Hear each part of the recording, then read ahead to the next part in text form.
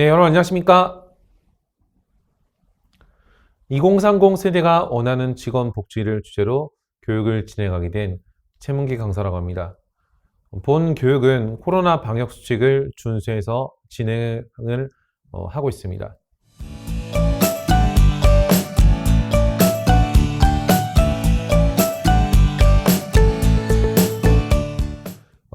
지금부터 제가 이제 교육을 진행을 할 텐데, 아마 좀 사업장을 이제 운영하시거나 비즈니스를 하는 분들이 저한테 좀 많이 하시는 얘기 중에 하나가, 아무래도 또 신규 직원들이 이제 들어왔을 때 좀 정착을 좀 시키기가 조금 많이 어렵다는 좀 얘기를 좀 많이 하시게 됩니다. 그 이제 회사들이 이제 크면은 조금 더 덜하겠지만, 작은 기업일수록 그 한 사람 한 사람이 이제 퇴사를 하게 되면은 나머지 직원들 자체가 인원이 적기 때문에 그 일을 적은 인원들이 이제 분담을 해야 되다 보니까 그런 부분에서 좀 많이 어려움을 겪고 있기 때문에, 제가 어떤 부분에서 그런 포인트를 좀 잘 짚어서 이런 젊은 세대들과 기존에 있는 직원들이 잘 좀 융화할 수 있을지, 그런 부분에 대한 좀 관점을 말씀을 좀 드려보도록 하겠습니다. 저 같은 경우도 제가 이제 KT에서 직장 생활을 했었었는데요. 제가 KT에서 직장 생활할 때 이제 B2B 사업부에서 이제 신입사원 교육 담당 업무를 했었습니다. 그래서 뭐 아시는 분들도 있으시겠지만, KT라는 회사 자체가 또 상대적으로 연령대가 조금 있는 편이고, 특히라도 B2B 사업부 자체가 이제 다른 사업부에 비해서 연령대 좀 있다 보니까, 제가 이제 입사한 다음에 신입사원들이 이제 조금 들어오기 시작했는데, 기존에 있는 직원들하고 좀 적게 나면 10살, 많게 나면 20년 이상도 차이가 나는 상황이 발생되다 보니까, 그런 부분에서 처음에 신입 직원들이 적응하기에 좀 많이 어려움을 겪는 것들을 보고서 저도 좀 많이 이런 저런 것들을 고민했었었는데, 이제 그런 부분들이 실제로 저도 이제 비즈니스를 좀 운영하고 있고, 사람 쓰는 게 정말 어렵거든요. 사람 쓰는 게 정말 어려운데, 그럼 과연 2030 세대들이 어떤 부분을 좀 원하는지를 좀 잘 들어보시고, 그런 포인트를 좀 잘 잡아주시면 좀 좋지 않을까라고 좀 생각합니다. 그래서 오늘 순서는 첫 번째는 회사 선택했던 기준과 그리고 근속 연수에 대한 관점이 예전하고 좀 어떻게 좀 바뀌고 있는지, 그리고 두 번째는 2030이 과연 회사한테 어떤 복지를 바라는지, 그리고 세 번째는 이제 워라밸에 대한 좀 중요성이 좀 점점 커지고 있죠. 그래서 워라밸의 어떤 중요성과, 그리고 2030이 회사에 바라는 어떤 회사의 또 이상적인 모습, 마지막으로 우수한 복지 제도를 좀 벤치마킹한 좀 사례를 통해서 좀 이제 어떤 식으로 좀 나아가야 될지를 얘기를 좀 해보도록 하겠습니다. 첫 번째는 회사 선택의 어떤 기준과 근속 연수의 이제 변화입니다. 여기 보시는 것처럼 지금 과거하고 좀 가장 많이 달라진 것 중에 하나가, 지금 신입사원 퇴사율이 거의 이제 2019년 보면 그래프가 48.6% 정도, 거의 한 10명을 뽑으면 절반이 나간다는 얘기가 나올 정도로, 물론 이건 조금 뭐 과장된 표현이라 볼 수 있겠지만, 최소한 두세 명 정도는 실제로 큰 기업에서도 좀 나가는 경향을 좀 보이다 보니까, 회사에서는 예전에는 그 베스트 피플이라고 하는 최고의 인재를 선호했었습니다. 이제 그러다 보니까 우수한 인재를 뽑아놨더니 못 버티고 이제 나가는 거죠. 이제 그러다 보니 회사에서는 이제 이런 것들도 좀 많이 있습니다. 특히라도 연고지가 없는 사람들이 회사를 지원했다가 퇴사하는 경우가 좀 많이 생기니까, 그 서류 전형에서 이제 가점을 주는 기업들도 많이 생겼거든요. 그래서 해당 지역에 연고자를 지원하면 좀 우대하겠다. 그런 부분들 회사 입장에서는, 왜냐하면 그 인사팀도 고민을 좀 많이 해야 되는 게, 퇴사자가 많다 보다는 기존 직원들이 그 업무 부담이 또 가중되다 보니까, 그리고 또 채용을 상시적으로 계속 또 진행하기 어렵다 보니까, 그런 부분에서 예전에서 베스트 피플보다 라인 피플이라는 쪽으로 좀 점점점 가고 있고, 그리고 특히라도 이제 공기업이나 대기업 같은 경우도 상대적으로 좀 규모가 조금 있는 편이지만, 외국계나 중소기업 같은 경우는 인원이 많지는 않다 보니까, 이런 부분들 때문에 적은 인원 안에서 그 한 사람 한 사람이 나갔을 때 다른 사람들이 받는 영향이 좀 더 크기 때문에, 이런 작은 기업일수록 더 이런 부분에 좀 신경을 좀 많이 써야 되고, 실제로 이제 자코리아나 사람인 같은 경우에 스타트업들이 채용 공고가 올라오는 거 보면은, 뭐 복지제도 같은 것 좀 상당히 좀 잘 갖춰져 있는 거 많이 볼 수 있습니다. 예를 들면 뭐 식사 시간을 2시간을 가져간다든지, 혹은 뭐 하루에 1시간에서 2시간 정도씩 쉴 수 있는 휴식 시간을 따로 뭐 배정을 해준다든지, 아니면은 그런 사무실 공간이 상당히 좀 쾌적한 것들을 좀 사진을 찍어서 예를 들면 듀얼 모니터에 뭐 책상도 되게 넓고 또 강남 되게 좋은 자리에 뭐 뷰도 좋고 뭐 이런 부분들을 제공을 함으로써 그러니까 부족한 부분들 좀 많이 채워나가는 기업들도 생각보다 좀 많이 있습니다. 그러니까 왜냐면은 이게 규모가 작은 기업들 같은 경우는 아무래도 가장 큰 고민 중에 하나가 이 고정 비용이거든요. 그리고 고정 비용 중에 특히라도 인건비에 대한 부담이 크기 때문에 이런 작은 기업들이 큰 기업만큼 연봉을 올려주기가 좀 어렵다 보니까 그런 부분들을 이런 복지 제도 형태로 해가지고 좀 풀어나가는 게 좀 있고 실제로 회사에서 이제 여러 가지 좀 테스트를 해보면은 이 사람이 그러니까 돈을 올려줬을 때 남는 그 효과가 실제로 그렇게 생각보다 좀 크지는 않습니다. 그러니까 왜냐하면 저도 이제 예전에 회사에 있을 때 제가 이제 B2B 쪽 사업부 쪽에서 이제 세일즈 쪽 연간 조직에서 좀 일을 했다 보니까 거기서 이제 성과급 제도를 막 설계를 했는데 결국에는 이런 성과급 제도를 또 설계하게 된다 하더라도 뭐 아무리 좀 돈을 많이 성과급을 받는다 하더라도 사람들은 처음에는 많이 받냈다가 또 점점점 이런 거에 대한 내성이 생기다 보니까 이런 것들을 또 금전적인 보상으로 하려고 하면은 한도 끝도 없다 보니 그러니까 이런 부분에서 어떻게 조직원들의 이런 로얄티를 올려줄 수 있을지 좀 생각을 좀 잘하는 게 점점 더 중요해지고 있다고 보시면 됩니다. 그래서 실제로 이제 직장인들이 경력 연차별 평균 이직 횟수를 좀 얘기하는데요. 지금 거의 보면은 이제 1, 2년 차들의 이제 이직이 점점 이제 커지게 된 이유가 이런 것들이 저런 것 때문에 그래서 특히라도 이제 코로나가 터진 다음에 이제 아무래도 예전에 비해서 기업 공고들이 좀 많이 줄어들다 보니까 이제 그런 부분들 때문에 중고 신입의 비율이 좀 상당히 많이 늘어나고 있습니다. 예전에는 뭐 메뚜기족이라고 해서 그러니까 적응을 못 해가지고 뭐 잠깐 일했다가 옮기는 사람들이 많았던 반면 지금은 회사가 워낙 지금 채용 공고가 뭐 잘 안 뜨기도 하고 좀 연기되기도 하고 이런 불안정성 때문에 동종산업에서 어느 정도 되는 기업을 들어가서 중고 신입으로 좀 지원한 경우가 좀 많아지다 보니 그러니까 신입사원 때부터 이직의 빈도가 좀 많아지는 편이고 특히라도 이제 보통 이런 직장인들이 이직을 한 타이밍을 좀 삼는 게 보통 뭐 3호, 70, 15, 20이라고 해서 그러니까 직급이 올라간 타이밍을 한 번씩 좀 잡아서 또 진행한 좀 경향이 좀 있다고 보시면 되고요. 특히라도 이런 부분들을 이제 점점 이직 횟수가 좀 많아지는 게 회사 입장에서도 이런 거 씁니다. 기존에 예전에 했던 비즈니스를 계속 진행을 해왔다고 하면은 경력직에 대한 수요가 그렇게 많지 않은데 신규 비즈니스를 하려고 하다 보면은 좀 많이 힘든 것 중에 하나가 이겁니다. 기존 직원들한테 뭔가 새로운 걸 시키려고 하면은 새로운 걸 잘 안 하려고 하거든요. 이제 그러다 보니까 계속 이제 신규 직원들에 대한 수요가 발생되게 되고 그러다 보니까 이런 그 사람들을 그러니까 신규 비즈니스를 위해서 사람들을 뽑아야 되면은 시장에서 그 비즈니스에 대한 전문가가 없다 보니 아무래도 또 경력직 시장에서 몸값이라든지 그런 거에 대한 처우를 좀 잘 갖춰주게 되고 결국에 이제 그런 부분들이 이제 회사를 운영할 때 금전적인 보상만 가지고서 직원들한테 복지를 제공해줬던 회사 같은 경우는 퇴사하는 것들이 좀 상당히 좀 많아지는 경향이 있다고 보시면 됩니다.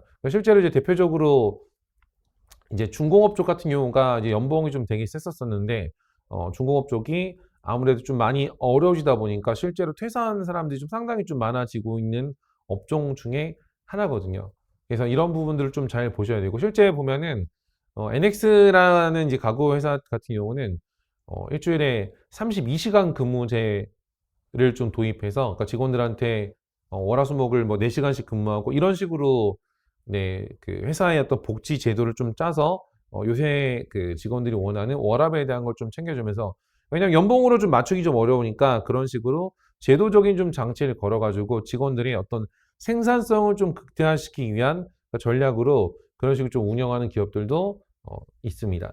보통 이런 직장인들이 이제 적응을 못하고서 이제 이직을 하게 된 이유가 가장 첫 번째가 성장 가능성과 비전에 대한 부분입니다. 그러니까 이런 부분들이 특히라도 최근에 어떤 부분들 때문에 좀 가중됐냐면은 최근에 아마 직장인들 중에 가장 이슈가 되고 있는 것 중에 하나가 이제 엔잡입니다. 그러니까 엔잡이라는 부분이 사람들한테 조금 이렇게 이슈가 되기 시작했던 가장 큰 이유가 부동산 시장 자체가 너무나도 가격이 좀 빠르게 올라가다 보니 월급을 모아서는 이런 부분에 대해서 내 집 마련이 좀 되게 어려운 거죠.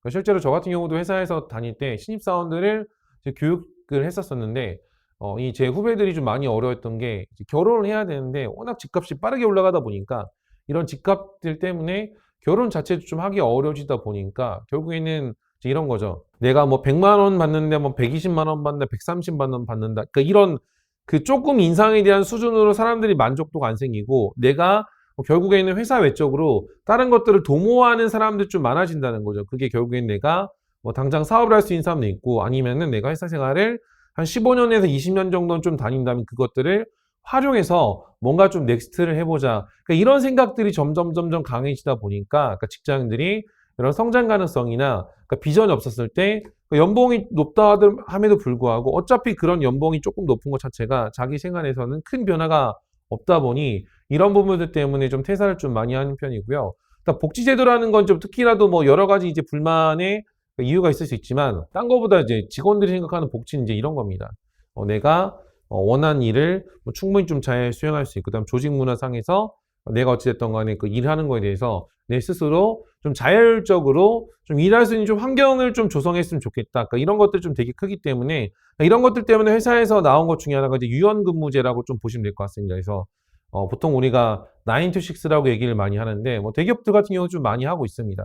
그래서 몇 시에 출근하는지에 대해서는 뭐 신경을 안 쓰고 그다음에 하루에 자기가 해야 될 업무량만 마치면 퇴근할 수 있도록 그러니까 분위기가 점점 그렇게 자율적으로 형성이 되어 가는 이유가 이제 아까 말씀드렸다시피 그러니까 금전적인 부분으로 좀 모든 게 충족이 안 되다 보니까 이런 제도적인 측면에서 훨씬 더 이제 어쨌든 간 내가 뭐 긴 시간이 아니더라도 뭐 짧은 시간이라도 생산성을 좀 극대화시켜서 업무를 했었을 때 회사 입장에서도 마찬가지거든요. 물론 예전에는 뭐 조직원끼리 다 으쌰으쌰해서 좀 다 같이 나아갑시다 이런 분위기가 있긴 했었지만 지금은 결국에는 그런 부분들이 좀 예전하고 좀 조직 문화가 많이 달라지다 보니까 그 한 사람이 낼 수 있는 생산성을 좀 극대화시킨 게 좀 되게 중요하다 보니까 이런 부분에서 좀 많이 변화가 일어나고 있는 편이고 특히나 또 더 이런 부분들이 좀 심화가 되고 있는 것 중에 하나가 뭐냐면은 최근에 이제 코로나 때문에 재택근무가 좀 많아지기 시작하면서 이런 부분들 또 이제 회사들이 어려움으로 좀 많이 겪고 있는 것 중에 하나입니다. 아무래도 이제 대면이 아니다 보니까 그 직원들이 업무를 하는 부분에 대해서 그러니까 트래킹을 한다든지 아니면 그런 것들에 대한 생산성을 그리고 또 직원들의 어떤 복지제도 같은 것들을 좀 추가적으로 만들 수가 있어야 그러니까 조직 로열티를 만들 수 있는데 그러니까 집에서만 일하다 보면 결국에는 사람들과 사람 사이에 접점 포인트가 줄어들다 보니까 또 그런 부분들 때문에 이제 조직 로열티가 좀 많이 떨어지는 경우가 좀 생겨서 이제 이런 부분들을 집중해서 좀 주기적으로 또 워크숍이라든지 주기적으로 어떤 커뮤니케이션이나 이런 부분들을 조금은 다져나가는 게 좀 필요해서 최근에 이제 그런 것들을 회사에서 좀 많이 한 것 중에 하나가 메타버스 플랫폼 중에 하나인 게더타운 같은 것들을 좀 이용해서 좀 자유롭게 좀 캐주얼한 분위기에서 회의를 한다든지 워크숍을 한다든지 이런 식으로 좀 시스템적으로도 좀 많은 좀 변화하기 위한 노력을 하고 있다고 보시면 됩니다. 그래서 이제 직장 생활을 하다 보면 아무래도 권태기라는 게 이제 올 수밖에 없습니다. 이제 권태기가 많이 오는데 이런 게 예전하고 좀 많이 달라졌던 게 뭐냐면은 예전에는 뭐 이제 은퇴를 좀 앞둬야 되는 시기쯤 그때쯤 됐을 때 이런 거에 대한 걸 좀 많이 생기거나 아니면 중간 관리 정도 됐었는데 지금은 입사한 지 1년 차, 2년 차, 3년 차 이 연차가 좀 짧은 직원들이 직장 생활에 대한 권태기를 좀 많이 겪게 됩니다. 아까 제가 말씀드린 것처럼 그런 이제 부동산 대비했었을 때 내가 보고 있는 수준 자체, 수익 자체가 그렇게 크지 않다 보니까 그런 부분에서 미래가 좀 안 보인다는 얘기를 좀 생각보다 좀 많이 하는 편이고 그리고 좀 회사에서 좀 이런 게 있습니다. 제 회사에서 좀 어떤 게 있냐면은 뭐 이모작이라고 얘기하는데 이제 외국 같은 경우는 그런 게 좀 되게 잘 되어 있습니다. 그러니까 직원들이 다니다가 퇴사를 했을 때 자기가 하고 싶은 말을 좀 할 수 있도록 좀 지원 체계가 좀 상당히 잘 되어 있는데 아직까지도 한국 기업 자체가 이제 입사한 지 얼마 안 된 사람이 퇴사를 위해서 공부하겠다, 뭐 하겠다 이렇게 하는 분위기 자체 형성이 잘 안 되어 있다 보니까 그런 부분에서 당장 주어진 일만 해야 되다 보니 스스로 뭔가 성장하는 느낌이 들지 않고 그냥 일만 주구장창 하고 있다는 느낌을 좀 많이 들어서 그런 부분들 때문에 불만족하고서 퇴사라는 경우가 좀 생각보다 좀 많이 생기고 있습니다.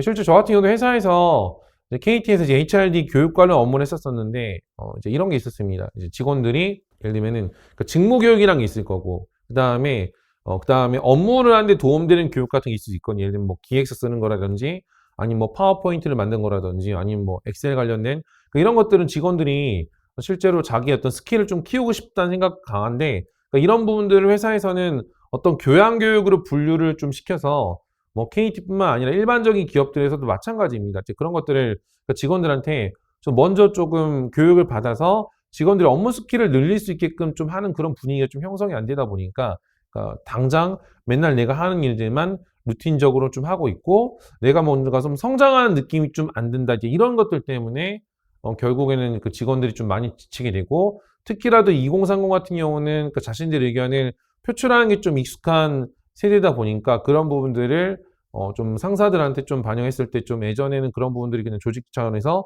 좀 넘어간 경우가 좀 많이 있었었는데 지금은 그런 부분들이 좀 상사들한테 좀 많이 좀 어필하다 보니 이제 관리자 입장에서 그런 부분들도 좀 많이 어려워지고 있다고 보시면 됩니다. 그래서 이제 그런 측면에서 그 사회생활 초기에 했던 경력 설계의 중요성이 좀 되게 필요한데 보통 이런 것들을 회사에서 이제 멘토링이라는 제도 시스템을 통해 가지고 좀 진행을 좀 많이 하고 있긴 합니다. 이제 멘토링이라는 게 또 문제가 또 되는 게 뭐냐면은 뭐 단발성으로 1년 단위 그러니까 신입사원들에 대한 것만 좀 중심 좀 되다 보니까 이제 어쨌든 신입사원도 조금 이제 회사 연차 쌓이면 뭐 대리급, 과장급이 될 거고요. 또 마찬가지로 대리급, 과장급도 연차가 쌓이면 또 차장급, 부장급이 되는데 그러니까 이런 부분들이 연결되어 가지고 연계적으로 좀 커리어 패스가 좀 설계가 좀 잘 못 되어 있다 보니까 그런 부분에서 좀 많이 조직에서 어려움들이 좀 많이 있고 실제로 이제 대기업 같은 경우도 이런 인사관리나 이런 제도가 좀 잘 돼 있는 회사가 거의 삼성을 제외하고는 제대로 돼 있는 회사가 거의 없다고 할 정도로 아직까지는 한국 사회에서는 이런 부분들이 좀 인식 자체에 대한 부분들도 좀 잘 안 되어 있어서 이런 부분에서 특히 이 초반부부터 직원들이 어떤 사회생활 초기에서 경력 설계에 대한 또 중요성과 방향에 대한 것들 좀 잘 다져나갈 수 있도록 관리를 좀 해줘야 어쨌든 간에 그 장기적으로 또 파트너 관계에서 좀 오랫동안 좀 일할 수 있는 부분이 형성이 된다고 보시면 됩니다. 그래서 특히나 예전하고 좀 많이 달라졌던 게 이제 이런 거죠. 그 직업 소명 의식 자체가 좀 많이 사라졌습니다. 그래서 당장이라도 내가 더 많은 돈을 받는다면은 이제 흔들린다는 거죠. 그러니까 지금 아까 제가 말했다시피 그 회사를 다니는 가치가 돈이 돼 버리니까 이런 문제가 좀 발생하는 거거든요. 그래서 또 직장 생활에 대한 또 인식도 보면은 옆에 보시면 77.6%가 회사는 돈 벌기 위해서 다니는 곳이다라고 해서 그 금전적인 거에 좀 맞춰가지고 다니다 보니까 이런 부분에서 특히라도 어떤 커리어라든지 이런 부분들에 대한 것들을 좀 지속적으로 컨트롤을 좀 해주지 못하다 보면은 아무래도 그런 것들 때문에 조직 로열티가 떨어지고 퇴사하는 상황이 좀 많이 생기거든요. 그래서 가장 이슈는 이 금전적인 거에 포커싱이 돼가지고 직원들이 회사를 다니는 게 되면 안 된다는 거죠.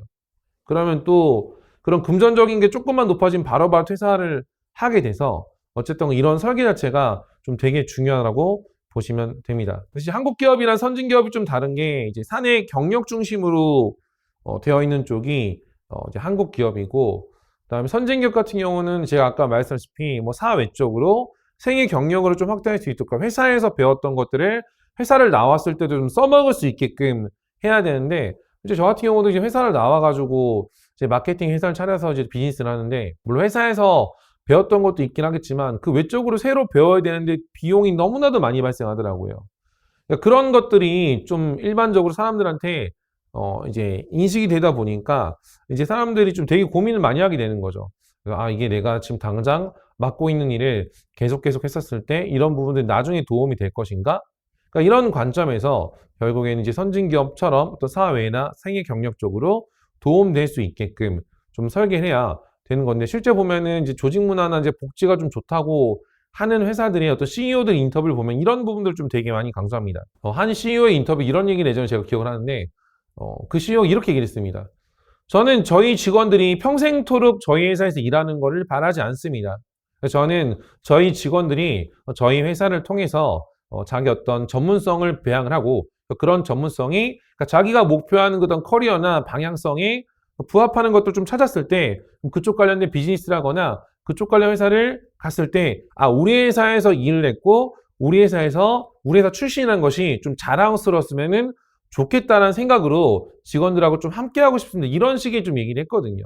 그러니까 그런 것들이 결국에는 이제 그런 마인드를 가지고 그런 식으로 이제 직원들을 이제 대화를 하고 복지 제도를 좀 만들어 나가야 결국에는 이 조직 로열티도 좀 같이 높아진다고 보시면 됩니다. 그래서 이제 국내 기업의 어떤 최근 CDP 동향을 보게 되면은 이제 국내 기업 같은 경우는 이제 CDP를 좀 관리하는 게 아무래도 핵심 인재 쪽의 중심으로 좀 소수 인원들을 조금 많이 포커싱 돼서 좀 관리되고 있습니다. 특히라도 뭐 특정 기업들 같은 경우는 보면은 입사했을 때부터 이제 우수 인재로 좀 선발해서 그 인재풀 같은 경우는 따로따로 계속 이제 모니터링을 하면서 관리를 하고 있는 반면에 거의 대부분의 직원들은 이게 방치가 되고 있는 경우 좀 되게 많은 편이거든요. 두 번째는 이제 경영 니즈를 좀 충실하게 좀 반영을 하기 위해서 예전에는 좀 많이 없었다가 최근에 좀 많이 생겨난 게 바로 사내 공모 잡 오프닝입니다. 그래서 회사 내적으로 그 채용 공고를 만들어서 부서 이동이 예전보다는 조금은 좀 잘 되는 편이거든요. 예전에는 일반적으로 회사에서 들어가가지고 직무 이동하려면은 뭐 퇴사해서 다시 들어가야 된다는 이게 나올 정도로 좀 되게 어려웠다가 이런 부분들이 조금 더 이제 열린 형태로, 그러니까 제조업종 같은 경우도 이제 잡 오픈이 좀 많이 돼 있는 편이거든요. 그리고 세 번째로 또 현업 전문가의 어떤 상호 멘토링을 통해 현장 학습을 좀 중요하는 경향이 좀 있기는 하지만 이런 부분들이 그 신입사원들에게 좀 중심되어 있다 보니, 그러니까 뭐 대리급부터 그 이후의 직급들한테는 이런 부분들이 좀 아직도 좀 부족한 경향이 좀 상대적으로 좀 있는 편이고요. 외국계 같은 경우는 좀 포커스 그겁니다. 한국 같은 경우는 조직에 포커싱이 됐다 하면은 외국계 기업 같은 경우는 자기 주도형 CDP라고 좀 얘기를 많이 합니다. 그래서 내가 어떻게 인생을 살아가고 내가 어떠한 삶을 살아가기 위해서 그런 것들을 좀 해야 되고, 또 그러기 위해서 보면 실제로 외국계 기업 같은 경우는 복지가 좋은 데는 뭐 상담센터라든지 뭐 경력관리센터라든지 이런 것들을 꾸준하게 코칭이나 카운셀링을 받을 수 있는 환경이 좀 조성이 되는데, 한국 기업 같은 경우는 내가 어떤 꿈을 꾸고 내가 어떤 걸 좀 나아가려고 하고 그런 것들을 회사 내에서 얘기할 수 있는 사람이 없거든요. 그러다 보면은 결국에는 계속 회사 외적으로 얘기해야 되는 사람은 찾을 수밖에 없고, 그럼 결국에는 회사에서 점점 멀어진 상황이 생긴다고 보시면 되고요. 이런 전략적 인재 육성 도입 같은 경우 특히라도 이제 세계에서 HR 쪽, 인사 쪽에 좀 제일 잘한다고 하는 회사 중에 하나가 이제 IBM이라는 회사가 인사 시스템 좀 되게 잘 되어 있는 편이고, 이런 전략적 인재 육성의 도입이 어쨌든 간에 이제 한국 기업처럼 단기적이 아니라 좀 중장기적인 좀 로드맵을 좀 갖고서 좀 잘 가져가는 게 한국과 이제 외국계 기업의 좀 차이라고 보시면 됩니다. 그래서 보통 이런 인재를 육성하는 패턴이 처음에는 이제 엘리트를 조기에 이제 육성을 좀 하게 됩니다. 그래서 보통 이런 입사 초기부터 패스트 트랙이라고 해서 아예 채용 시스템부터 그 임원으로 좀 키울 만한 사람들을 선발한 제도 같은 경우도 외국계 쪽 같은 경우는 좀 많이 하고 있기는 한데, 이제 이런 부분에 좀 문제는 뭐냐면은 이런 것들이 결국에는 그 지속성이 좀 되지 못하거나 혹은 이런 엘리트 쪽으로 좀 선발되지 못했던 다른 직원들이 소외를 받는 경우들이 생기면은 좀 많이 좀 어려움 발생하고요. 그 다음에 이런 단계별 육성이라는 게 되게 좋은 것 중에 하나인데, 근데 이런 부분들이 회사에서 뭐 직원들이 적거나 직무가 좀 적다고 하면은 단계별 육성이라는 좀 할만한데, 이런 게 너무 직군이 많다든지 조직 규모 크게 되면은 이 단계별 육성 자체가 좀 생각보다 좀 많이 어렵기 때문에, 그러다 보면 회사에서는 결국에는 똑같은 직무를 하더라도 회사 내에서 생산성을 좀 많이 내는 직무 쪽을 단계별 육성 우선적으로 좀 할 수밖에 없는 상황이 생기게 되거든요. 그리고 일정 시점까지는 이제 육성을 시키고 그 다음엔 좀 유연적으로 할 수 있게끔, 마지막으로는 자율 경쟁 체제를 도입을 해서 좀 자율적으로 프리롤로 좀 성장할 수 있는 좀 환경을 좀 조성하는 게 보통 이런 4가지 패턴 중에 좀 특징이라고 보시면 됩니다. 다음으로는 그럼 과연 2030 세대가 회사한테 어떤 복지를 좀 바라는지 좀 알아보도록 하겠습니다. 그러니까 평생 직장에 대한 개념이 아까 말씀한 것처럼 점점 없어져 가는 추세인데, 그래서 보면은 이 퇴직이 자발적 퇴사, 자발적 퇴직이라는 표현이 좀 많아지고 있습니다. 이제 그러다 보니까 실제로 요새 뭐 엔잡 관련된 플랫폼이 이제 클래스1021 아니면 타링이나 뭐 라이프해킹닷컴이나 여러 이런 플랫폼들이 생겨나기 시작하면서 결국에는 회사 내적으로 배워야 되는 부분들을 이런 외부에서 교육이나 강의를 통해 가지고 개인이 자기 개발할 수 있는 환경들이 점점 조성해지고 있고, 그러니까 이런 부분들이 결국에는 이런 거죠. 회사에서 내가 지금 맡고 있는 업무에서 내가 배울 수 있는 게 한계치가 있다 보니까 그런 부분들이라도 좀 배워가지고 좀 옮겨나가야겠다. 나는 지금의 삶에 만족하지 못한다. 그러니까 이런 것들이 좀 많이 분위기가 형성이 되고 있다고 보시면 됩니다. 그래서 이런 제2의 인생을 시작하는 시점이 원래 50대 같은 경우 50대가 뭐 43.3%, 뭐 40대가 21.1%, 60대 이후가 뭐 30.3% 이런 식으로 예전 퇴사 이후에 좀 삶을 고민을 많이 했는데, 지금 2030 세대 같은 경우는 인식 자체가 한 40대 중반 정도 되면은 회사를 나와야 된다는 건 스스로도 좀 되게 많이 알고 있는 편입니다. 그러니까 스스로도 많이 알고 있는 편이다 보니까 그런 것들이 좀 되게 조급한 거죠. 그래서 실제로 보면 사회생활을 처음 시작했을 때 가장 첫 번째 세우게 되는 목표 이제 결혼에 대한 거고, 그다음 결혼하게 되면은 이제 출산, 육아를 하게 되고, 이제 그 다음에 결국에는 이제 내 목표에 대한 것들을 이제 고민해 볼 수밖에 없는데, 근데 결국에 이제 이런 것들이 결혼을 하고 이제 출산을 하게 되면은 이런 커리어 체인지 이런 부분 좀 말이 어렵다 보니까 보통 요새는 좀 분위기가 좀 많이 그런 편입니다. 예전하고 좀 달라진 게 결혼하기 전에 좀 어느 정도 좀 준비를 좀 해놓고 준비하자 이런 생각 때문에 결혼들도 점점 좀 늦어지는 편이고, 그래서 실제로 보면은 부동산 시장에서도 최근에 집을 좀 가장 많이 사고 있는 연령층이 30대라는 얘기가 좀 나올 정도 예전하고 좀 많이 바뀐 그런 인식들이 좀 생겨나고 있고, 이런 분위기 자체를 좀 잘 이해를 좀 해 주시고, 실제로 그럼 결국에는 그 직원 구성원들이 그 조직 내에서 어떤 생각을 갖고 있고, 그 사람들이 어떠한 걸 목표로 하고, 그런 것들을 좀 결국에는 좀 잘 응원을 해주고, 이 사람들 좀 잘 적응할 수 있는 좀 환경 조성해 주는 게 필요하다고 보시면 됩니다. 그래서 그 2030 세대가 직장 선택 기준 탑5 중에 첫 번째가 이제 연봉이라는 그 얘기를 좀 했는데, 근데 실제 이제 저도 제가 좀 취업 쪽 교육 쪽 업무를 좀 많이 한 10년 정도 이상 했었습니다. 근데 이제 연봉에 대한 거를 얘기를 해보면은 이런 겁니다.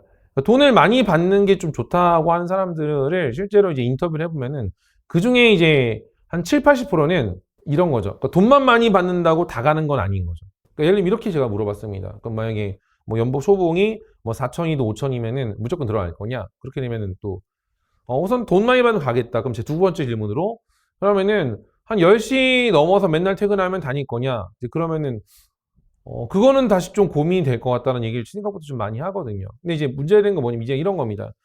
1순위가 연봉이 2순위가 워라밸 인데 이거에 대해서 계속 충돌이 생기는 거죠. 그러면은 이런 겁니다. 연봉 때문에 회사를 들어갔는데 생각보다 내가 생각했던 것 이상의 업무 강도가 좀 세게 되는 거죠. 그렇게 되면은 생각했던 것과 되게 다른 해가지고 퇴사하고 또 다시 지원한 상황이 좀 많이 생기는 겁니다. 그래서 이런 부분들을 좀 그 직원들하고 얘기를 좀 잘해서 결국에 중요한 게 그 업무를 좀 맡기는 게 좀 되게 중요해지는 것 같거든요. 개인의 어떤 성향이나 그 상황에 따라서 거기에 대한 가중이 되는 업무를 좀 준다든지 이런 게 좀 되게 중요해지고 있고, 그다음에 이런 자의적 퇴사 같은 경우는 좀 예전하고 좀 다르게 그 보면은 뭐 복지를 위해서만 좀 처음에는 이제 옮겼다가 처음에 이제 이런 건 이런 겁니다.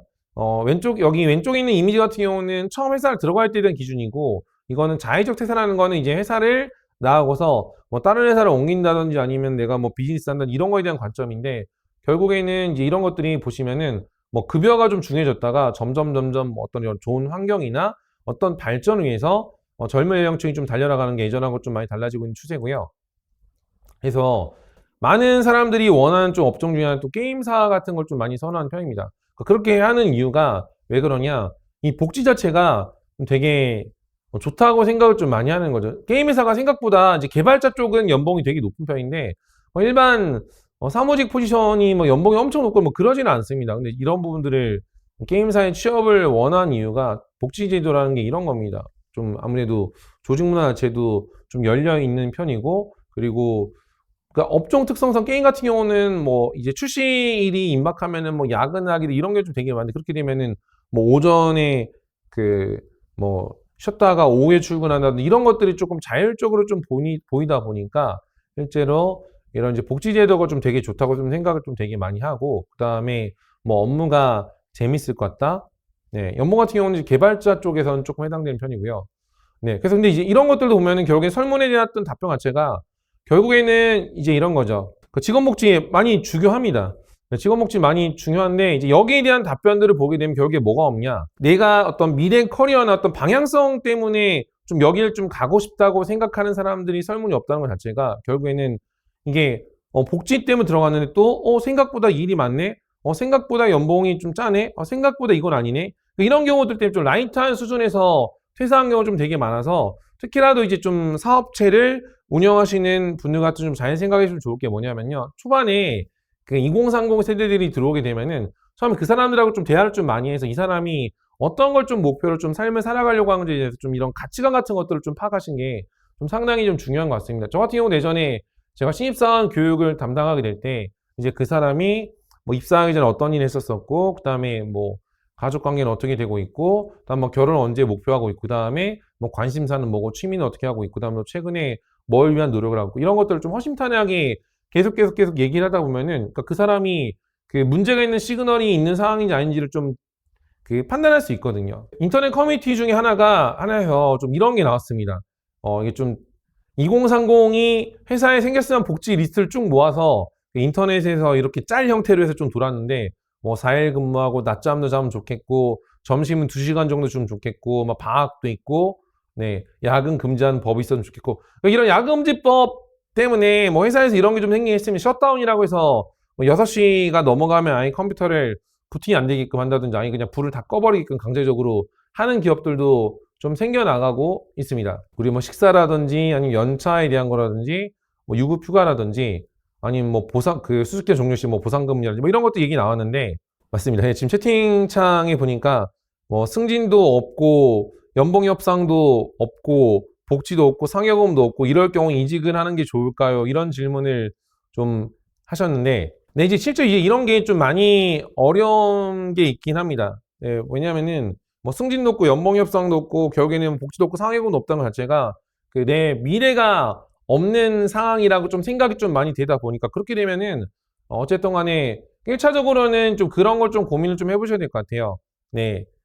내가 그 지원하는 다니고 있는 회사 말고 그 산업 동종 산업 내에서 다른 회사가 좀 어디가 있는지 좀 먼저 보고서, 그다음 그런 것들을 좀 보면은 좀 어플라이를 좀 지원을 좀 해보시고, 거기에 대해서 만약에 좀 합격을 한다든지 케이스가 있게 되면요, 이제 그걸 갖고서 지금 다니고 있는 회사랑 협상을 좀 할 수는 있습니다. 그럼 내가 이런 것들 때문에 뭐 이런 걸 좀 지원해봤고 내가 지금 다른 회사를 좀 합격을 솔직히 해놓은 상태인데, 회사에서는 이 정도 맞춰주면 내가 좀 다닐 수 있는데 이걸 안 맞춰주면은 좀 하기 어려울 것 같다. 그러니까 이런 식으로 좀 협상을 좀 해볼 수는 있는 거죠. 근데 만약에 이제 그런 내 협상 카드가 없는 상태에서 그냥 내가 현재가 마음에 안 드는데 좀 이런 걸 좀 바꿔줬으면 좋겠다 얘기하게 되면요, 상사들은 안 듣거든요. 네, 지금 보면은 채팅창에 이제 리표님께서 질문 주셨는데, 지금 결국에는 그런 복지나 이런 게 조금 없다는 것 자체가 그 조직 스타일이 되게 고여 있다는 얘기를 좀 하신 거거든요. 이제 그런 조직에서는 내가 아무리 어필해도 그런 것들 좀 바뀌기 좀 상당히 좀 어렵습니다. 그래서 그럴 때는 어쨌든 내가 좀 그런 경우의 수를 좀 두고서 협상 카드 갖고서 좀 내부적으로 좀 얘기를 해줘야 그런 게 좀 얘기가 되지. 그렇게 아니면은 실제로 되게 막 어렵거든요. 예전에 제가 가르쳤던 그 취업을 준비했던 학생 중에 한 친구가 이제 이런 경우 있었습니다. 이제 이직을 해서 합격을 했는데 갑자기 이제 이런 얘기를 하는 겁니다. 왜 사전 통보를 안 해줬냐? 막 이런 얘기를 하면서 이제 보통 그때 15일 전에 뭐 퇴사한다고 얘기를 하면은 뭐 그 정도는 일반적인 회사에서 다 이제 허용을 하거든요. 근데 이제 보면은 그 고용계약서 상에서 이제 한 달 전에 얘기해야 되는 게 명시가 돼 있었다는 얘기를 하면서 막 그 못 나간다 하는데, 결국에 그런 회사들 좀 생각보다 되게 많습니다. 근데 결국에는 근데 이게 결국에는 그 뭐 노동부랑 뭐 이런 거 다 얘기해봐도 얘기한 게 자체적으로 좀 해결하고 좀 얘기가 많아서, 또 결국에는 이제 민사로 풀린 경우가 좀 되게 많기 때문에, 그럼 결국에 이제 그런 것들이 이제 소송 가게 되면 회사 입장에서도 변호사 비용이 좀 많이 들어서 결국에는 그렇게 해가지고 뭐 퇴사랑 같이 문제되지는 않거든요. 근데 보통 최소한 15일 전에 좀 얘기를 좀 해줘야 되고, 근데 어쨌든 이런 관점이 이제 2030하고 기존에 있는 직원들하고 좀 차이가 좀 많이 나다 보니까 이런 제도적인 측면에서 좀 잘 만들어 놓으셔야지, 예전에 막 한 10년, 20년 전에 만들었던 시스템을 그대로 운영해가지고 지금 인사제도를 도입하는 기업도 아직도 상당히 좀 많습니다. 이제 그러다 보니 그렇게 되면은 기존 직원들이 예전과 많이 다르거든요. 입사했을 때부터 근로계약서 엄청 꼼꼼하게 다 읽어보거든요. 그렇게 되면은 이제 그런 부분들이 좀 되게 불합리하다, 우리 회사 이거 이상하다, 그런 것도 입사했을 때부터 이거 이상하니까 나 입사 못해, 이런 생각도 생각보다 되게 많이 생겨나고 있습니다. 그래서 이제 워라밸의 이제 중요성과 이제 2030 세대가 바라는 회사 이제 이상향에 대한 얘기를 좀 해보면요, 이제 이런 겁니다. MZ 세대가 이전 세대하고 좀 많이 달라진 점이 뭐냐면은, 이제 회사에서 원하는 게 과거하고 좀 많이 달라졌다는 거죠. 왜냐면 예전에 회사를 다니고서 차근차근 저축을 하게 되면은 기회라는 게 있었거든요. 기회라는 게 있었는데 이게 답이 안 나오는 거죠. 네, 뭐 한 신문 기사에서 나왔는데, 보통 우리가 뭐 서울에 집을 사는데 월급을 모은다 전자에 그 집값이 안 올라간다 전자에 지금부터 한 80년 걸린다는 얘기를 많이 합니다. 직장인들이 집을 사는데. 그러니까 이 미래가 없기 때문에 계속 뭐 개인적인 취미생활 한다든지 아니면 내 삶을 위해 도모하기 위한 이런 노력도 좀 많이 하게 되는 건데요. 그러다 보니까 이런 워라밸을 좀 중시하고, 그래서 실제 최근에 보게 되면 이런 분위기 때문에 일본에서는 아예 직원들한테 투잡을 좀 합법적으로 좀 권유하고 이런 기업도 좀 생각보다 좀 많아졌습니다. 그런 것들을 아예 터치를 안 하고 자기 개발을 한다든지 그런 거에 대해서는 좀 상당히 좀 지원을 좀 많이 해주는 그런 분위기 형성이 좀 많이 되고 있는데, 그런 게 뭐 아직까지도 좀 받아들여지기 좀 어려운 사람도 있긴 하겠지만, 근데 결국에 실제는 이제 이렇습니다. 이제 그런 것들이 개인의 어떤 자율성이나 개인이 어쨌든 그 업무 시간 내 업무를 수행을 해야 된다고 한다면은 이제 그런 것들을 통해서 내 개인 어떤 만족감, 내 삶에 대한 미래를 좀 다져나갈 수 있는 시간을 좀 가질 수 있기 때문에 이런 부분들을 복지제도나 아니면 이런 부분 어떤 제도적 좀 안착을 시켜야 어쨌든 간에 좀 2030 세대가 회사에서 적응을 좀 잘 해나갈 수 있고요. 그러니까 돈보다는 여가를 좀 바라는 게 뭐 쉬고 싶다 개념이 아니라 내가 좀 미래를 위해서 또 별도로 좀 준비를 좀 해나가고 싶다. 이게 좀 예전보다 좀 더 크다고 보시면 됩니다. 또 이런 것도 좀 생각을 좀 많이 하게 됩니다. 회사 내에서도 보면 또 그 금전적인 보상을 해준다고 얘기를 좀 많이 하는데, 네, 이런 얘기를 좀 되게 많이 해요. 성과 기준 뭐 투명하게 공개해야 된다. 왜냐면은 보면은 이제 아무래도 이제 그런 게 좀 있거든요. 그 사회초년생들 같은 경우는 이런 뭐 기본급이나 뭐 인센티브 이런 인사 시스템에 대해서 좀 이해도 좀 부족하다 보니까 단순히 내가 일을 많이 한 것 같고, 근데 이제 이런 게 다르거든요. 똑같은 일 한다 하더라도 그 내가 1시간 일하는 거랑 또 경력이 좀 있는 사람이 1시간 일하는 게 좀 다르다 보니까 그런 부분에서 그러니까 눈으로 바라보는 거에서 보면 이제 성과 기준이 되게 좋지 않다. 아니면은 뭐 내가 했던 것들만 상사한테 다 가르친다. 이런 생각들은 좀 많이 할 수 있어서 이제 그런 부분들 때문에 좀 상사하고 이제 부하 직원 간에 어떤 커뮤니케이션이 좀 잘 될 수 있는 분위기를 좀 형성시키는 게 좀 되게 중요하고요. 그래서 실제 이런 것들이 이제 그레이트 워킹 플레이스라고 GWP라고 해서 뭐 신뢰랑 프라이드랑 펀 이런 조직 문화나 그리고 어떤 직원들 간의 그 유대 관계 그리고 프라이드가 좀 정말 중요합니다. 내가 나 이 회사 다니는 사람이야. 이런 게 되게 잘 돼 있는 회사 중에 하나가 삼성이죠. 그죠? 삼성 다니는 사람들 보게 되면 나 삼성 출신이야. 이런 거에 대한 프라이드가 좀 되게 강하거든요.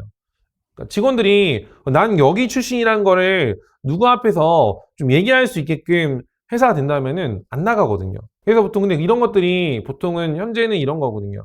현재는 이제 한국에 있는 기업들 자체가 우리가 좀 2030 세대들이 나 여기 다녀라고 좀 얘기하려면은 그런 것들 회사 그 브랜드 가치에만 돼 있어서 나 삼성 다녀, 나 LG 다녀, 나 현차 다녀 이게 아니라 우리 회사 밥 호텔로 줘. 그리고 우리 회사 하루에 2시간씩 뭐 잘 수 있어. 그러니까 이런 어떤 제도나 이런 거에 대한 커뮤니케이션이 좀 되지 않는다는 거죠.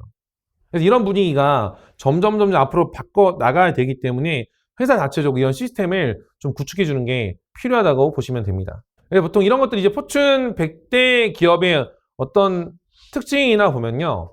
회사보다 어떤 사람을 좀 중시하는 태도가 좀 되게 큰 편입니다. 그리고 파트너라는 게 좀 되게 큰데요. 지금 아직까지도 이제 우리나라 같은 경우는 특히 저도 학생들을 많이 좀 취업을 좀 시켜보고 하면은 좀 이런 얘기 좀 많이 합니다. 상대적으로 제조업 쪽에서 좀 규모 좀 작은 데 같은 경우는 아직까지도 이제 오너경영처럼 체제를 갖고 있는 쪽 같은 경우는 아직 그 생산이 중심이 돼 있다 보니까 이런 시스템이 좀 잘 안 되어 있는 곳 좀 되게 많기도 하고, 그 다음에 인력 구조가 신입사원 비율이 적다 보면 아무래도 기존 직원들한테 초점 맞춰져 있다 보니까 저 같은 경우는 제가 이제 KT에 입사해서 이제 B2B 사업 갔는데 선배들하고 연차가 좀 되게 많이 나가지고 선배들이 좀 그런 걸 좀 어려 하셨거든요. 그럼 잘 해주고 싶은데 이제 어디부터 가르쳐야 될지 좀 되게 힘들어 하셨어요, 처음에는. 그리고 나이 차이가 많다 보니까 좀 되게 조심스러워 하시는 것도 있었거든요. 기존 직원들은 다 연령대가 있었었는데 뭐 저만 이제 20대 때 이제 들어가니까 되게 어려워 하시는 게 좀 있고, 그러다 보니까 저 같은 경우도 이제 근데 물론 주변 팀들의 이제 동기들이 좀 있었기 때문에 그런 분에 좀 대화를 할 수 있었는데, 내가 혼자 거기서 고립됐다고 생각하면 정말 좀 쉽지 않았겠다는 좀 생각이 좀 많이 들었던 것 같아요. 그러니까 이런 부분들이 그 그레이트 워킹 플레이스가 형성되려면 조직 내에서 커뮤니케이션과 그다음 신뢰와 그런 그 프라이드가 좀 잘 맞아 떨어져야 된다고 보시면 되고요. 네, 그래서 이제 이런 기업들 특징이 사람을 좀 중요하게 좀 생각을 좀 많이 합니다. 그러니까 그러다 보니까 사람의 관점이다 보니 이 사람이 뭐가 필요하고, 그러니까 필요하다는 게 이런 겁니다. 뭐 금전적으로 부족한 건지, 아니면은 이 사람이 뭐 미래에 위한 좀 발전을 좀 하기 위한 건지, 아니면은 이 사람이 뭔가 좀 새로운 걸 좀 배우고 싶은 거지, 아니면은 그 잡을 이제 직무를 좀 변경을 좀 해보고 싶은 건지 이런 거에 대한 걸 좀 생각을 좀 많이 하는 편이고요. 결국 이런 그레이트 워킹 플레이스가 좀 돼야 직원들이 만족도를 갖고서 이런 그 만족도를 갖고 있어야 결국 이 업무 몰입도 높아지고 생산성도 같이 좀 커나간다고 보시면 됩니다. 그래서 이런 것들을 위해서 이제 결국에는 뭐 제도가 좀 되게 많았어요. 뭐 예전부터 뭐 꾸준하게 뭐 미팅을 활성화하고 계층을 교육을 하고 아니면은 뭐 이런 경영제도를 한다 이런 트러스트에 의한 것 좀 많았고 그리고 뭐 간담회나 회의체나 아니면 또 이제 프라이드를 위해서 뭐 환경 조성이나 뭐 학자금 지원 이런 거 좀 많이 했는데 그러니까 이런 부분들이 좀 예전하고 좀 많이 달라져서 결국에는 좀 그냥 일반적인 것들을 좀 인식돼서 결국에 이런 유연근무제라고 아까 제가 말씀드렸는데 그 탄력적으로 그러니까 내가 그 회사에 좀 몰입할 수 있게 내 삶을 좀 자율적으로 좀 가져갈 수 있게끔 할 수 있게끔 회사를 좀 해주는 쪽에 좀 사람들이 좀 많이 몰려서 결국에 이제 이런 식으로 이제 복지제도를 좀 가져가려고 한다면은 결국에는 그 인사제도랑 좀 같이 맞물려 가지고 시스템이 좀 필요하긴 하겠죠. 왜냐하면 유연근무제를 하다 보면은 이런 평가 체계라든지 뭐 급여 체계라든지 이런 것들에 대한 또 수립도 필요하고 그죠? 이런 것들이 좀 잘 됐었을 때 지금의 2030 세대들이 회사에서 좀 지속적으로 어쨌든 좀 로열티를 갖고서 좀 꾸준하게 좀 일해 나갈 수 있는 환경이 만들어진다고 보시면 될 것 같습니다. 그래서 우수복지제도라는 게 보면은 선진기업 같은 경우는 이제 CDP를 좀 잘 만들어서 또 리더를 좀 선발해서 육성한 이런 게 좀 잘 돼 있는데 뭐 대표적으로 뭐 소니나 아니면 도요타라든지 특히 2020년 이제 쿠팡 같은 경우가 이제 리더십 프로그램이라서 아예 그냥 채용부터 리더를 좀 선발해 육성형으로 해서 특히 이제 한 5년에서 10년 차 사이에 했던 그 대리급, 과장급 정도의 인원을 좀 많이 뽑아가지고 좀 리더 육성시키려고 이런 식으로 좀 많이 뽑았었거든요. 그래서 이때 생각보다 쿠팡 쪽으로 사람들이 좀 많이 좀 이직을 했었습니다. 그러니까 이런 게 보면 똑같은 건데 리더를 육성시켜야 된다. 우리 회사는 당신이 크는 걸 바란다. 이런 분위기를 형성하냐 안 하냐가 정말로 직원들한테 동기부여가 좀 많이 되거든요. 그리고 이런 리더 맞춤형 교육이나 아니면 조금은 실전 유도형 그리고 뭐 집단 교육형 여러 가지 또 패턴이 있고요. 일본 같은 경우 아까 제가 말씀드린 것처럼 이제 투자 포용이 점점 좀 많이 늘어나고 있고 그러니까 부업 종사자들도 점점 늘어나고 있습니다. 한국 같은 경우는 이게 마찬가지거든요. 이게 물가 상승률이나 그다음 부동산 가격 인상을 임금이 따라가지 못하다 보니까 그런 부분 때문에 직원들이 계속 다른 생각을 할 수밖에 없는 거고 그러다 보니까 일본 같은 경우는 상대적으로 되게 보수적인 나라입니다. 일본이 창업에 대한 것들도 되게 보수적이고 되게 보수적인 불구하고 23%가 겸업이나 부업을 이제 허용할 정도로 좀 분위기가 좀 많이 예전하고 좀 달라지고 있는 편이고요. 그래서 이제 구글 같은 경우는 실제 이제 업무 시간의 20%를 자유 시간에 좀 배중해야 되는 특징이 있습니다. 이게 되게 중요한 게 자유 시간 자체가 이제 머리를 식힐 수도 있는 거고 뭐 놀 수도 있는 건데 그래서 구글 같은 경우는 좀 되게 잘 되는 게 명상 프로그램이라는 게 좀 되게 잘 돼 있거든요. 사람이 하루 종일 일만 있었을 때는 그 생산성이 떨어질 수밖에 없어가지고 뭔가 좀 내 미래에 대한 거, 내 일을 한켠에 떨쳐두고서 뭔가 좀 새로운 것들을 좀 생각할 수 있는 이런 리프레시에 대한 시간이 필요한데 그 구글 같은 경우도 이렇게 세계적으로 유명한 기업이 괜히 이런 자연 시간을 도입했던 게 아니거든요. 그러니까 해보니까 이게 생산성을 극대화시키는데 도움이 되는구나. 그러니까 이런 거에 대한 것들 때문에 이런 자연 시간 제도를 하고 있고 이런 것들이 지금 현재는 컨텐츠나 서비스 회사나 혹은 스타트업 기업 같은 경우는 이런 자연 시간 같은 경우도 좀 많이 허용해서 진행하고 있는 편이고요. 그리고 뭐 이런 휴가 제도라든지 그리고 슬립팟 장비를 좀 설치해서 낮잠 잔다든지 이런 것들은 요새 스타트업 같은 경우에서 좀 많이 좀 도입하고 있는 시스템 중에 또 하나가 될 수 있습니다.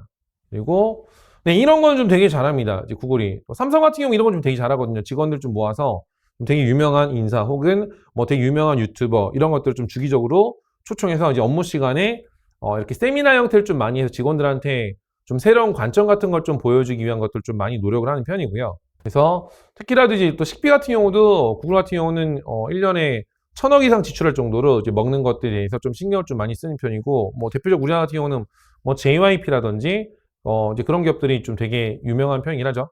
그죠? 그래서 뭐 이런 유급 휴가라든지 뭐 사내 전문 마사지사라든지 네, 일단 뭐 이 집안일을 위해서 심부름 없이 제외해가지고 저녁 식사나 빨래 청소를 좀 대행할 수 있는 환경을 좀 조성해줘서 어쨌든 이제 업무에 좀 몰입할 수 있는 환경을 좀 만들어주고 있다고 보시면 됩니다. 마이다 사이트 같은 경우는 좀 되게 유명하죠. 그죠? 호텔 같은 회의실이나 그리고 이제 뭐 호텔 셰프가 제공한 식사. 그 식사가 좀 되게 유명한 회사 중에 하나가 또 마이다스 IT입니다. 그리고 그 아까 구글에서 있었던 목베개나 뭐 의자를 제공해가지고 낮잠 시간을 좀 만들어주고, 그리고 뭐 우수 사원한테는 뭐 3억 가량의 고급 외제차를 좀 선물해 준다든지. 그러니까 이런 것들이 결국에는 회사 입장에서는 이제 직원들한테 처음 부담일 수도 있긴 합니다. 근데 어쨌든 이제 이런 것들이 부담될 수 있긴 하겠지만, 그 직원들이 이제 퇴사를 해가지고 이탈이 발생하는 것보다 기존 직원들한테 생산성을 높일 수 있는 시스템 만들어주는 게 좀 상당히 이제 중요하다고 좀 생각이 많이 되는 거고요.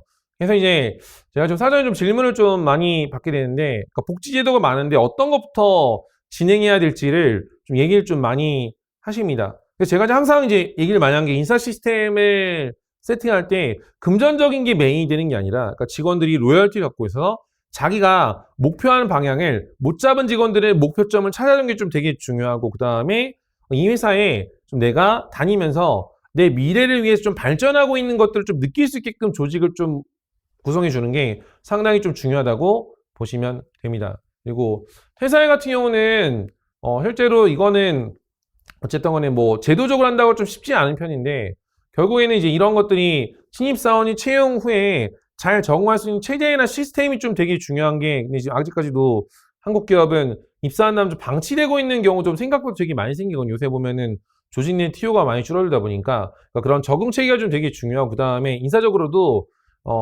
그 경력직 직원을 좀 수시로 좀 채용해가지고 탄력적으로 인력 구조 좀 만들어 놔야지 이런 로스를 최대한 좀 줄일 수 있기 때문에, 이런 두 가지를 좀 잘 고려해서 접근하실 필요가 있지 않을까 생각합니다.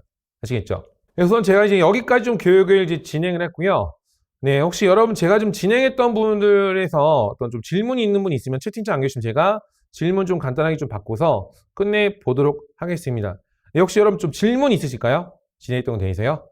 그래서 그럼 질문이 우선은 지금 없으면요, 제가 준비했던 교육은 여기서 마치고, 여러분들 어쨌든 제가 말씀드린 것들을 좀 잘 적용을 좀 하셔서 좀 사업체 운영하는 데 좀 도움을 좀 많이 받으시면 좋겠습니다. 아시겠죠? 그럼 제가 준비했던 강의는 여기서 마치도록 하겠습니다. 예, 감사합니다.